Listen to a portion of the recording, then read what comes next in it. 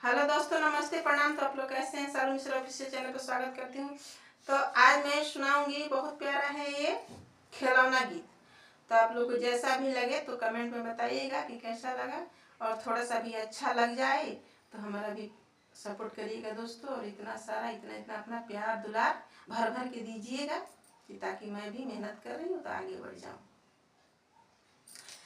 नदिया हमारे घर लौटाना आइले, नदिया हमारे घर लौटाना आइले, नदिया हमारे घर लौटाना आइले।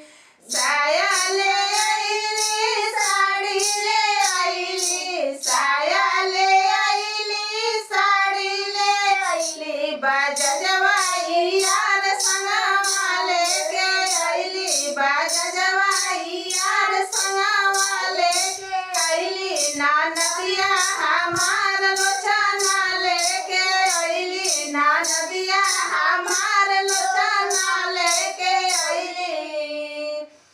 बेरा ले आइली, डाँड़ा ले आइली, बेरा ले आइली, डाँड़ा ले आइली। सोनरवा यार संगवा लेके आइली, सोनरवा यार संगवा लेके आइली। नदिया हमार लोचना लेके आइली, नदिया हमार लोचना लेके आइली।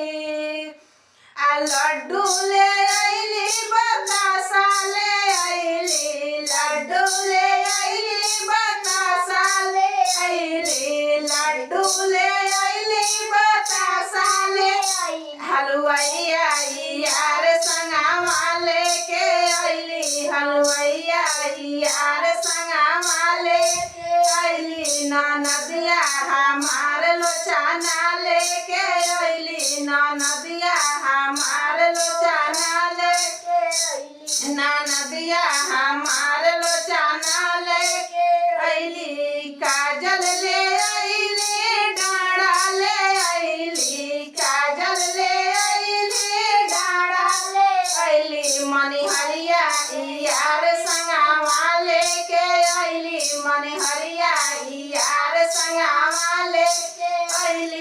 नदिया हमार लोचना